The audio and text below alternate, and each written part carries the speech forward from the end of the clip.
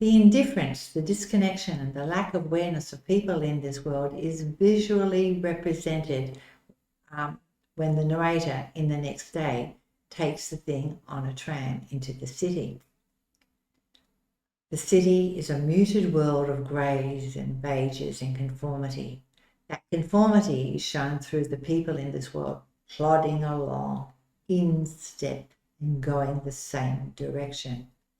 The image alludes to a production line with the people represented as products of this society. The narrator and the thing walk in a different direction to the mainstream. And this is a dramatic image, and a dramatic image in multimodal text is a metaphor that's made literally visual in the scene. This dramatic image represents the narrator and the thing's behaviour as nonconformist. The strong positive relationship between the thing and the narrator is emphasised by the boy's efforts to find where the thing actually belongs.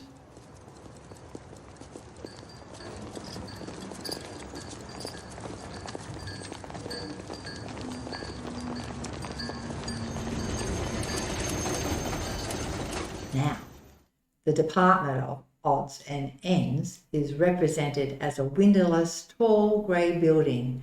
It is disconnected visually from the wider world. It is a dark, sterile place. It smelt like disinfectant. It is an inward-looking place where the narrator's line of vision is restricted by the darkness and the line of small lights. The darkness and the camera angles represent the place as myopic and frightening. The janitor gives the narrator a sign that leads him out of the darkness and utters a warning at the same time. We arrived at a tall, grey building with no windows.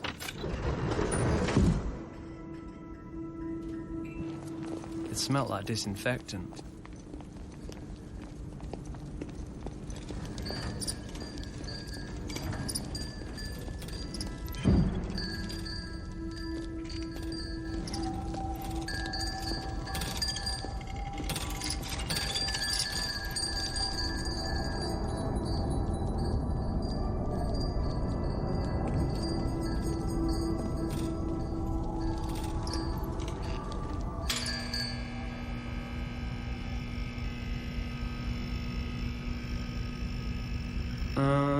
I have a lost thing, I called the receptionist.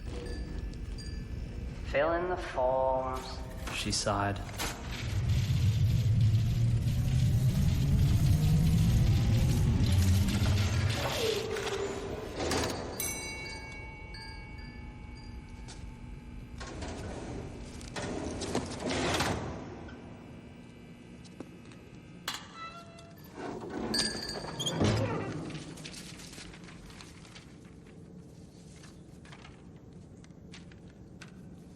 I was looking around for a desk when I suddenly felt something touch my elbow. And then there was a tiny voice. If you really care about that thing, you shouldn't leave it here. This is a place for forgetting, leaving behind. Here, take this. Cheers, I said.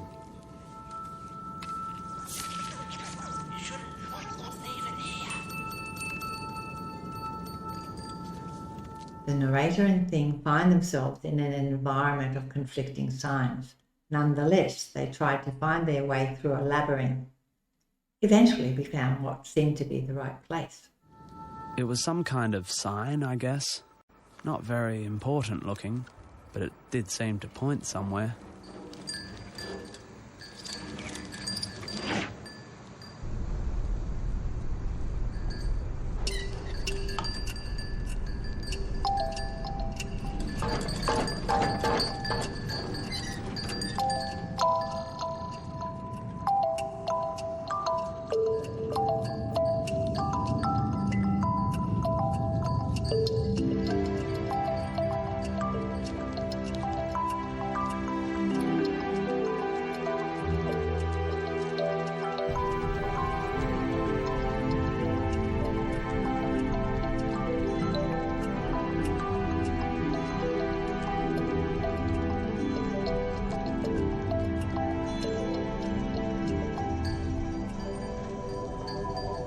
Eventually, we found what seemed to be the right place, in a dark little gap off some anonymous little street.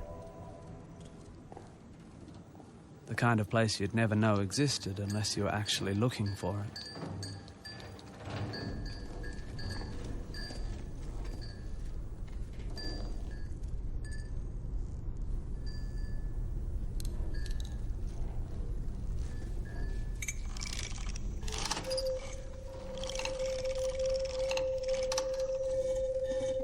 The narrative shifts in tone now with the appearance of a butterfly, like creative, that leads to the narrator and the thing to a sanctuary for the thing, a place where the thing can be happy.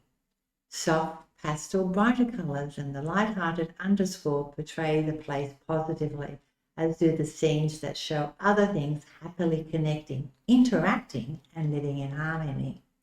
The place is rich in contrasting action that highlights the passivity and plodding action in the narrator's world.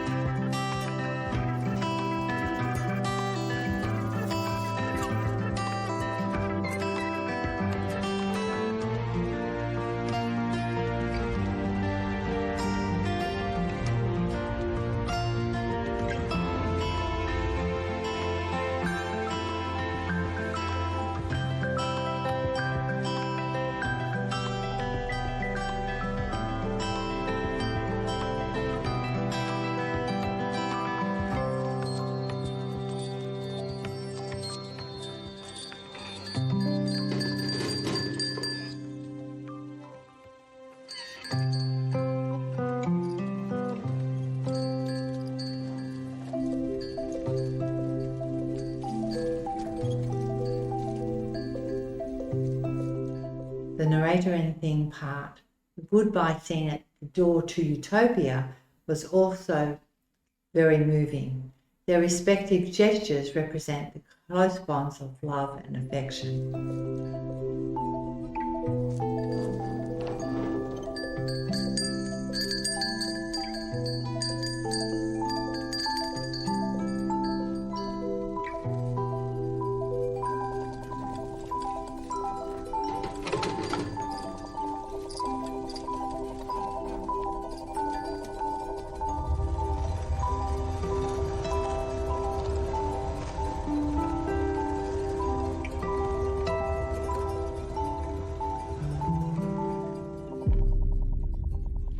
Then the narrator returns to his solitary life, insisting his story was not particularly profound. He's never quite sure the thing did belong where he left it. I mean, I can't say that the thing actually belonged in the place where it ended up.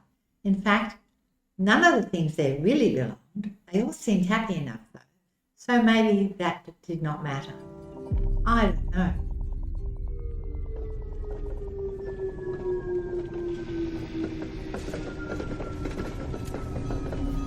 I still think about that lost thing from time to time, especially when I see something out of the corner of my eye that doesn't quite fit. You know, something with a weird, sad, lost sort of look. In the closing frames of the film, the narrator blends into the society in which he exists. The closing images show the narrator in darkness. The darkness represents more than night. It is symbolic of his life and world. He tells the audience, I see that kind of thing less and less these days though. Maybe there aren't many lost things around anymore, or maybe I've just stopped noticing them. Too busy doing other stuff like this. I see that kind of thing less and less these days. Maybe there aren't many lost things around anymore. Or maybe I've just stopped noticing them. Too busy doing other stuff, I guess.